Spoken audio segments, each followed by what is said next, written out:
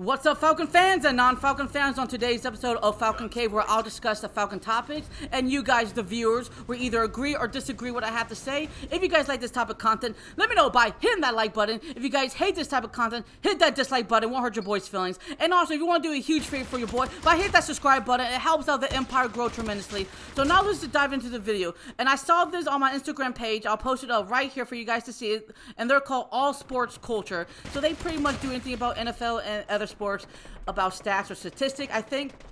And so on this tagline, it's called NFL fan bases by category. So they have diehards no matter what, psychopaths, that's a pretty cool name, hate them but they're loyal, quality fans, okay, and then they got us and hate themselves every morning.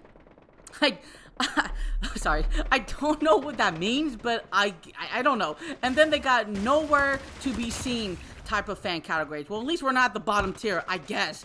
But you know what's very interesting to me? How other NFL fan bases feel about us, how the NFL Network treats us, and how ESPN and all the writers and the reporters talk about us. Sometimes in a positive, but more likely than not, they always have to bring us down, even when we do something great, and they always have to question it, like, was it really them? I've known that. If you guys remember that 2012 games against the Denver Broncos when we faced Peyton Manning and we won on primetime night, and then they thought, oh, it was only because Peyton Manning, you know, he came back from that injury, even though he beat the crap out of Steelers in week 1, but we never get our props. Okay, besides that, that's a good example right here. Okay, but you know what's very interesting?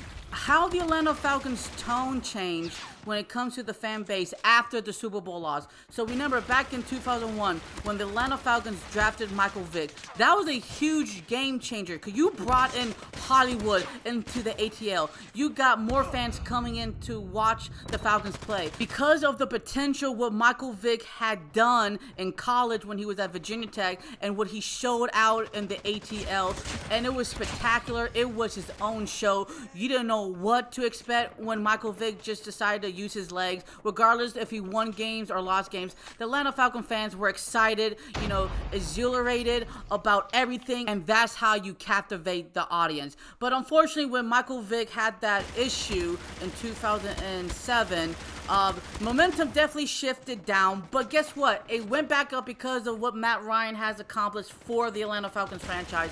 So it's been pretty stable. A lot of Falcon fans were very confident enough we're going to have a pretty good dynasty, maybe not like the Patriots, but we're going to be very consistent on going to the playoffs and hopefully winning one at least Super Bowl in that time frame. It almost could have back in 2012, but that's beside the point. The Falcon fans has always been pretty high momentum. You know, the Georgia Dome always been getting consistently with the fans. But unfortunately, after that 2016 Super Bowl loss, it really devastated a lot of fans. A lot of fans kind of burned their jersey. They said, well, they're not going to be Falcon fans anymore. I can understand that. I may not agree with that logic, but I can understand that. Because after that stigma, where even though, you know, we have a 10-point or 20-point lead, there's always the back of our minds and hearts that when the fourth quarter comes, they decided to blow it and cost us the game. Now, is that a fair argument to say? Is it true? Is it not? Yes and no, because sometimes they almost do it in a couple games, but a lot of times after the Super Bowl loss, yeah, they've been blowing a couple of games where they shouldn't have been doing that. And it really is frustrating for a lot of Falcon fans who are diehard fans that sacrifice their own personal time to watch the Atlanta Falcons, also spend their own money on Falcon gear, and constantly have to defend themselves and the Falcons when it comes to other NFL fans. But you know what's very interesting I've noticed recently when I'm watching other Falcons content creators? They're talking about good Falcon fans who are positive and bad Falcon fans who are always negative, and then we got all these brand new bandwagon fans that they're talking about because of Arthur Smith and Terry Fontenot. What have they done in the offseason? Frankly, I haven't noticed that because I probably don't go on Twitter that much.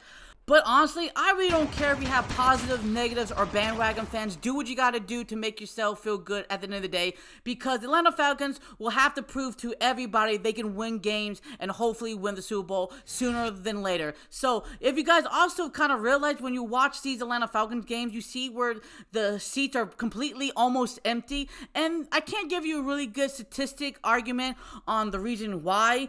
For me personally, Number one, I don't want to deal with traffic coming in and coming out. It takes way too long and it's just a pain in the ass. Number two, grown ass people are fighting over a game. It's not that serious, you guys, where you have to go to jail or get bodily harm. It's just a game, you guys. Regardless if you win or lose, it's just childish. We're not in the first grade. We're grown adults where we can have discussions without using our fists. Number three, I would like to use the bathroom in peace without sharing it. And number four, I would like to eat Chinese food in peace, and I can't do that in the stadium, so I'd rather go take out and watch the game at my house. So on that note, do you guys agree or disagree with me? Do you think I'm crazy or not? Let me know in the comment section below. And what do Falcons do? Rise up. Until the next episode, show love and peace to the world, and peace.